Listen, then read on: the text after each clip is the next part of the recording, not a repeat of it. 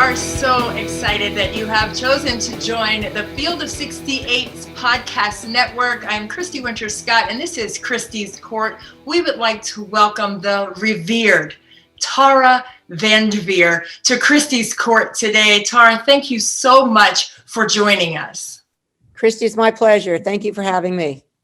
Oh, what an amazing journey you have been on from day one when you first fell in love with the game. What was that like when you were a youngster and you didn't really have the opportunities that we have now for girls to play women's sports? You know, I always liked basketball, and I think I was a little bit, crazy about it. But, I watched it on television. I watched the Boston Celtics growing up. And, that was the only team that was on like maybe once a week. We didn't have ESPN or ESPN2 or anything like that.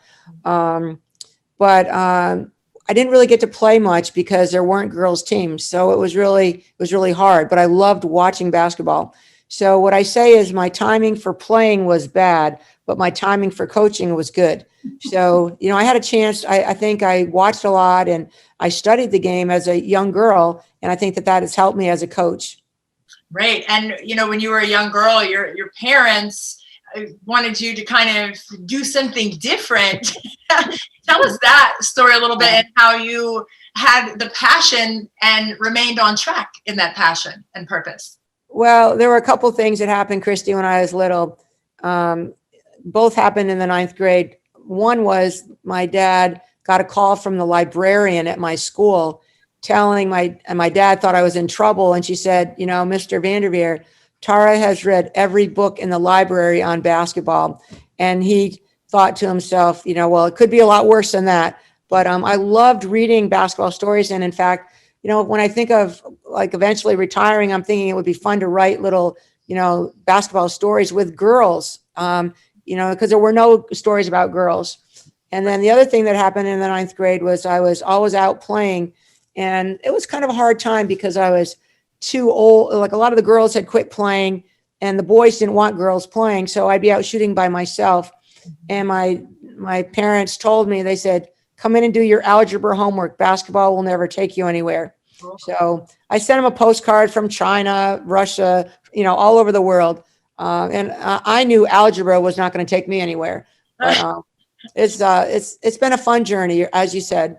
Absolutely. I love that. I love that story. And, you've actually written a book. You're an author, and Shooting from the Outside is a book that was based on the 1996 Olympic gold medal team, which kind of was a spearheading moment for the WNBA. What was the idea and the premise behind that book? Well, I knew it was such a special opportunity to coach the Olympic team, the great players, traveling all over the world. We had 60 games, including the 8 Olympic games.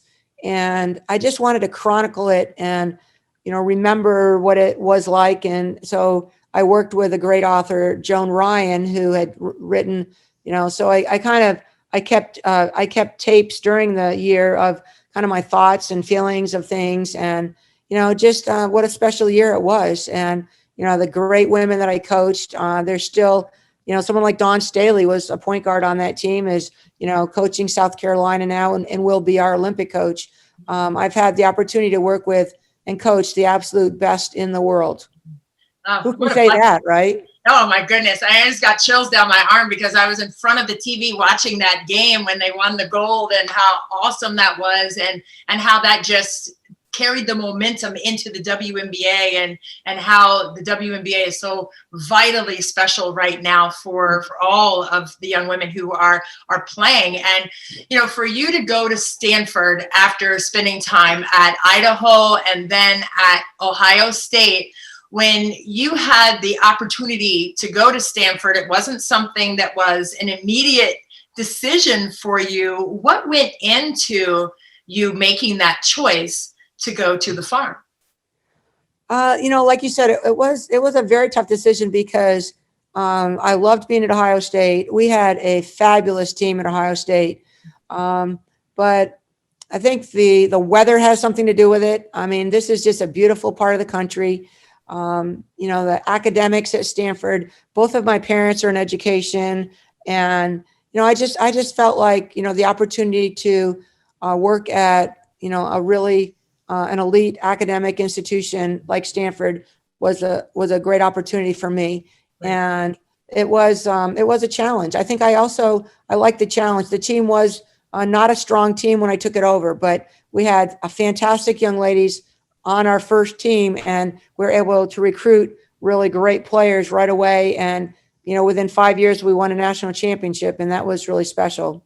Yeah, and then that was 1990 when you won the first national championship, and then in 92 you got another one, and you've been to 12 Final Fours, Tara. Like, some people never get to one. What is it about you in terms of your drive and your passion and the excellence that's expected in your program that gets you to do such great things in the game in terms of winning? Well, have you seen the price of real estate in California, Christy? My dad, when I first took the Stanford job, he hung up the phone and he told my mother she will be unemployed, coming home, living with us in 3 months. So that's been my goal, is not to have to move home. Stanford's a great place, and you're surrounded by excellence. Our women's volleyball team won national championship last year, soccer national championship. I mean, we have just tremendous athletes, and I think it's in the Stanford kind of DNA. Expect excellence, and those are the type of players that we have on our team, and that's what we work really hard, but I think we have fun doing it and really enjoy the caliber of women that I've coached is really second to none. I mean, they're just fantastic Stanford student athletes. So I'm very fortunate. I have a great staff. I've always had a great staff, and I have great administrators and a great university. So it's almost like, why wouldn't I win? Why wouldn't our team be successful? Right.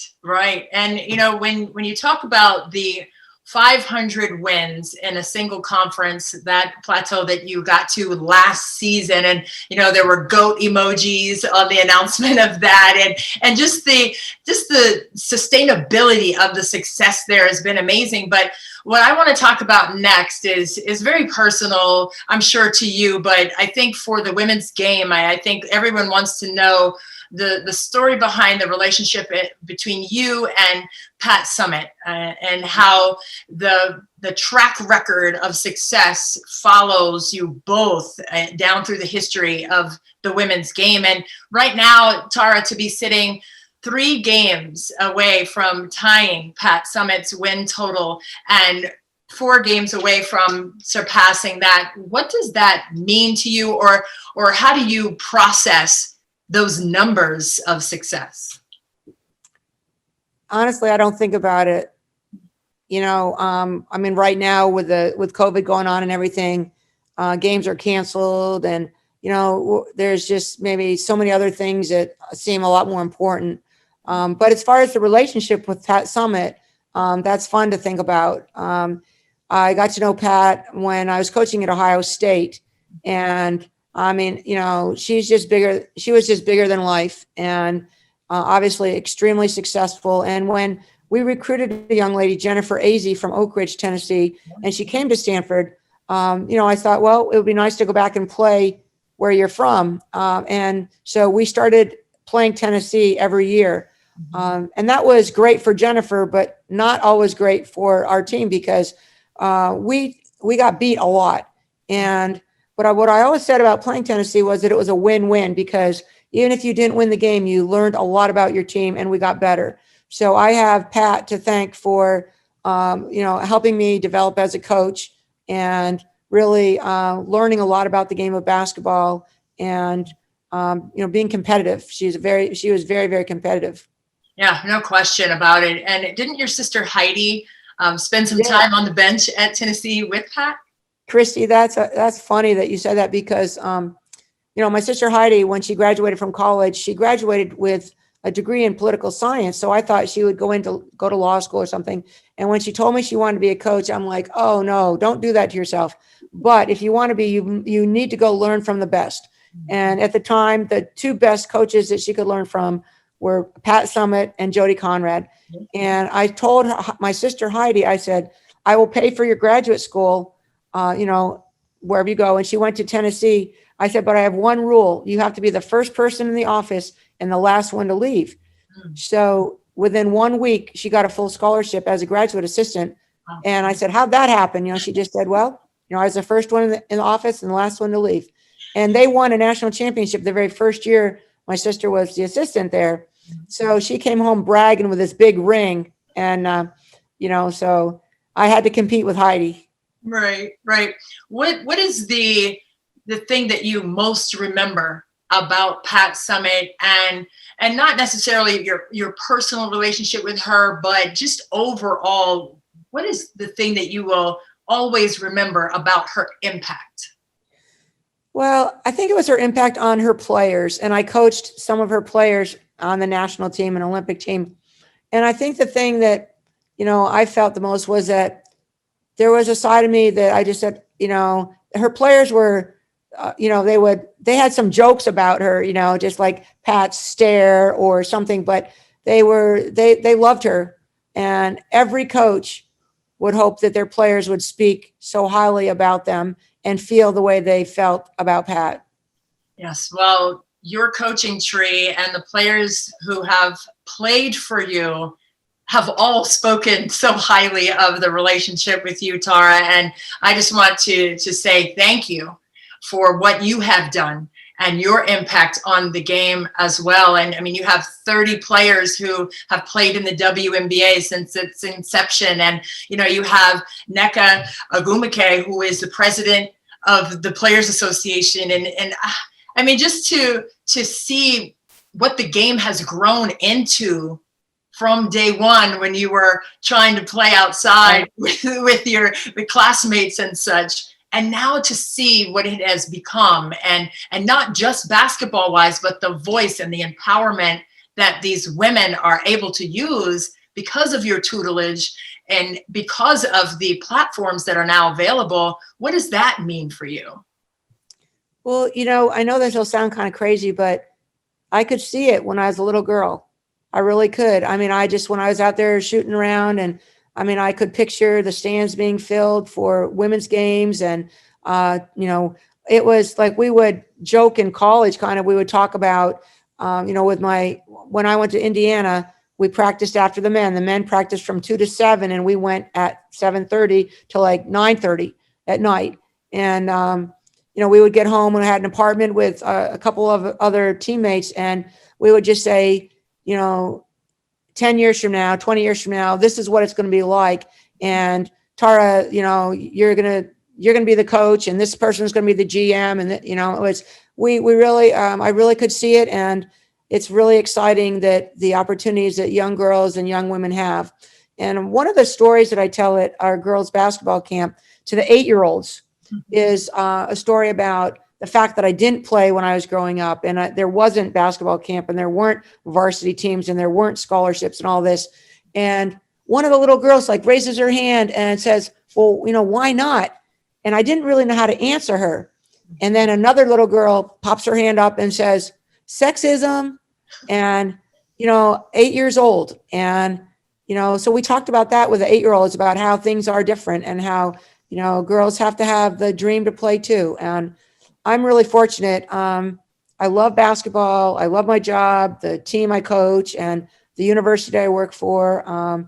And it beats working for a living.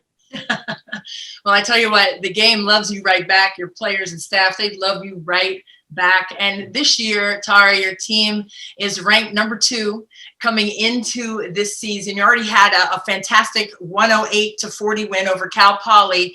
And this group of players, you guys are picked first in the Pac-12. And what is different about this team because of the situation that you've been in? How have you seen this group grow? Well, I have seen especially our sophomores grow from being freshmen, and we have a really strong, dynamic sophomore class. But rankings don't really mean anything to me at the beginning of the season. The number one thing for me is that our team, I say the best ability is availability. Stay healthy, in this COVID situation, our team, we're very strict, wearing masks, socially distanced. I'm never closer than 6 feet to a player. I have to improve my passing skills. But it's a situation where just stay healthy and really enjoy every day in the gym. I was late to the podcast because, our county shut down basketball. So Sunday was our last day in the gym. And, we hope to get back in a couple weeks. But, in the meantime, when something is taken away from you, you really appreciate it. And, I feel like our team is playing very hungry, and that's a good thing. Yeah, absolutely. And you're talking about that sophomore group, and what or who gave them the name of the Funky Four? Where did that come from? Very appropriate. I think they all named themselves that. Okay. But I couldn't tell you who it was. I might say Ashton. Okay. Well, that's so great. And, Haley Jones had a spectacular start to her career last year before going down in January with that injury. And I know that she was an invaluable piece, but what do you see? I know that you kind of prognosticated the WNBA looking the way it does now when you were younger, but now when you have this young lady, how do you see her looking as she matriculates through her career at Stanford? The sky's the limit for Haley. Whatever she decides she wants to do, she can do. First of all, I will say she is one of the most intelligent basketball players, and I coach some really, really smart kids. She's one of the most intelligent basketball players that I've coached. She can play every position. She knows out of bounds plays. She's really, really very intelligent, very high IQ. She has great versatility. She sees the floor. She really understands basketball. She is an incredible passer and a very unselfish player. She can play at both ends. We asked her to guard the best player on our opposing team. She's a two-way player, can do it all. And, it's just, obviously the only thing that set her back was having the injury, but she's back. She's practicing hard. She's working on every facet of her game. And again, the sky is the limit. Yeah. And another player who has tremendous potential and skill is your freshman, Cameron Brink. And McDonald's All-American, 6'3", 6'4", but another player who is tremendously versatile. Is that something that you've seen change in the game as well over the course of your time coaching? 6'4", 6'5". Okay. Can shoot threes. She'll before she graduates, she'll be playing the three for us. She runs the floor like a deer, has great hands, timing, really a fantastic passer, blocks shots. There's no doubt she'll be dunking just like Fran does. Again, another person that, as a young player has just so much upside, loves the game of basketball. So, again, versatile, strong, someone that really has a great future. And it's fun, just fun to be with every day in the gym. Yeah. You just don't want to bring a shot in near her because she'll get it. I love that. And I would have so much fun just sitting in there watching plays like that occur. But when Fran throws it down, I know you're very calm and mild-mannered, but do you ever, like, if Fran's in practice and throws one down, do you ever go like, yes, or anything like that? Or do you keep it all in? You're very Phil Jackson-esque with your outward emotion. She threw it down in practice. I mean, I saw her dunk at basketball camp when she was a rising senior in high school, and she jumped over two campers. Oh. So, so she's, but I think it'll be fun in the game. It'll be fun in the game. And I believe it'll happen. We just have to have games. Right. And that being said, I mean, with all of the adjustments and now the pause for your team, what has that been like in terms of keeping the players motivated, keeping the players to a level of mental toughness throughout this? And with that being said as well, how do you keep yourself and the staff also on board with what is happening and staying upbeat and positive with what's occurring? you just try to just stay in the moment. Just be in the present as much as possible. Enjoy the day together in the gym. We look forward to the day when we don't have to wear masks and fans can come back. There's no one cheering more for that vaccine than me, but it's you just have to enjoy every opportunity to be in the gym and be with these players, because you never know if you're going to have it again. Right. Right. And it's tough when you have, how much of an impact do you think that these games being canceled or these pauses occurring, like at UConn, Louisville has lost or they missed out on competing in 4 games and you've missed out now on 2 games of competing in those. How do you feel the season will look with so many different cancellations, especially for the top tier teams in the top 5? A lot of teams right now are sitting and waiting for things to get. I think at some point, there might have to be a reevaluate the situation, and maybe we have May Madness instead of March Madness. Let's not fight a battle that we can't win. Why have these great athletes, not really enjoy their time playing? And I think it's just hard. But we just try to take it day by day and just try to enjoy each opportunity to play, be around each other, but it's very challenging. And I give our team and our staff a lot of credit, for maintaining their positivity. And I got my picture of my court, and just that's where I want to be. That's right. That's right. And what kinds of avenues of communication do you have in place for the student athletes and the coaches, just to kind of stay together through this process? And like you said, it's very difficult, but how do you keep the lines of communication open with the squad? Well, I wish I'd invested in Zoom, Christy. We Zoom a lot. We Zoom every day when we can't meet, when we can't be in person. So, we just want to make sure that, everybody is on the same page, and, we're really following strict protocol, and we don't want players to feel isolated. Right. And how tough do you think it would be to reschedule some of these games that could mean a lot come March or May, when the tournament seedings are being decided upon, or are these games just not going to be played at all? And if they're not going to be played, how will that work if you're just kind of going within your conference to figure things out for seedings? Well, one of the things we did in our conference was we voted to play 22 conference games. So I think that our best chance of playing will be in our conference because of television and maybe doing even a pod. So we just have to, kind of cross that bridge when we come to it, and try to, again, just stay healthy today. We're really fortunate as basketball coaches and basketball players.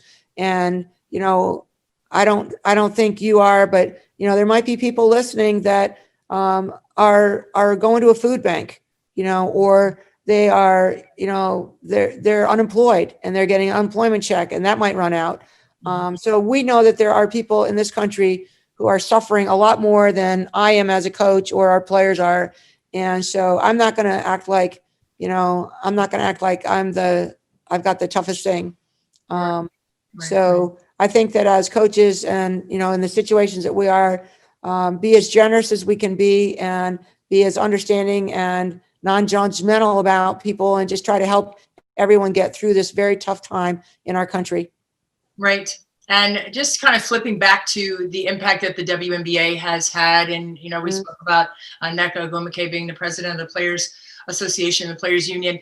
What do you see moving forward for the WNBA? And how vitally important will the role of the league be as we continue to move forward in the world that we are living in? Well, I think that the WNBA has never shied away from using their platform to make statements for social justice, change in our country, for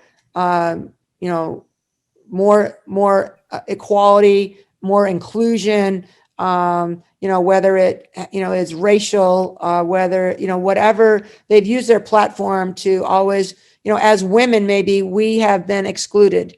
Just like we started this podcast with the fact that I didn't get a chance to play.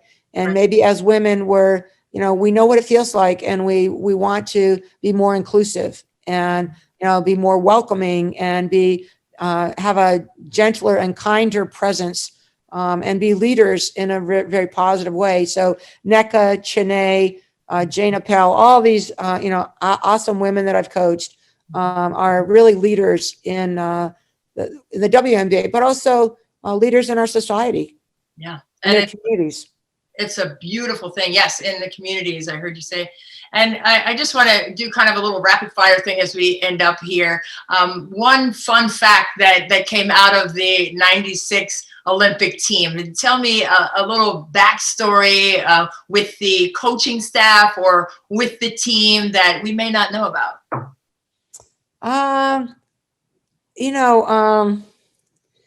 I think that I think that the one story I could tell you that I think, really kind of talks about the team. Like, our team was they're very generous. Sometimes one time the Cuban team called my room by mistake, and they were trying to get Dawn and Lisa's room. And because our team gave all our clothing away to all to the Cuban women. So like, and the Cuban women needed things like jog bras or, undergarments and things like that, shoes. And Dawn kind of facilitated that. When we were in Ukraine, we were leaving, and there were women outside outside the hotel. It was in January. It was freezing, and they had thin coats on, and they were begging. And our team stopped, and Jennifer Azzi started by giving them our money. They opened their suitcases and gave them all their clothes. And so, I think that the USA women that I coached they were great role models for young girls in our country. They represented their country with just tremendously, as basketball players, but also as ambassadors. So they were great ambassadors for America. That's absolutely beautiful. That's absolutely beautiful. Okay, let's go to Stanford now. And I know that this is your 35th season coaching basketball. And I know there have been so many fantastic moments. Is there one moment in particular, it could be at Idaho, at Ohio State, or at Stanford, that stand out to you as being kind of a defining moment that you will never forget and always have tucked away? There are so many, but in the old days, our Maples floor was a springy floor. We had it had springs under it, and it was a bouncy floor. And going to Stanford, I remember telling Jennifer Azzi that when I first got to Stanford, like, there were no more fans than you can see in this picture. Really no one came to the games. But Jennifer's senior year, we filled it. There were people up in the rafters in the corners. And when we won the regional championship to go to the Final Four, the band was playing, and it was 2 a.m, and people were still dancing on that floor. So I think that was my first feeling of, wow, this is really amazing. And, I love coaching games and everything, but going to the Final Four that first time and looking at Thompson Bowling Arena and just saying, hey, someone's got to win. Why not us? And it was really exciting. Oh, I love that too. I love that. I actually played against Jennifer Azzi in AAU and then overseas in Italy as well. So we have a little bit of a connection there with her. With regards to Pat Summitt, what is one memory that you will always hold dear about Pat Summitt?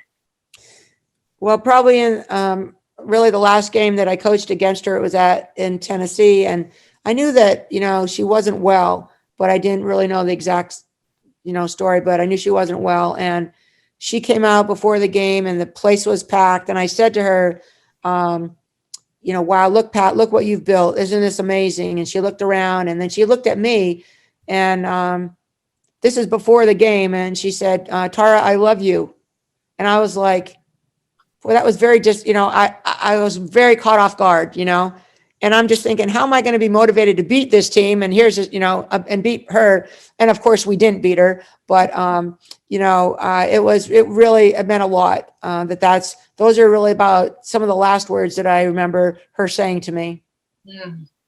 Super special. And this is the last question of the podcast for today. What would you tell the future of women's basketball? Well, I think that,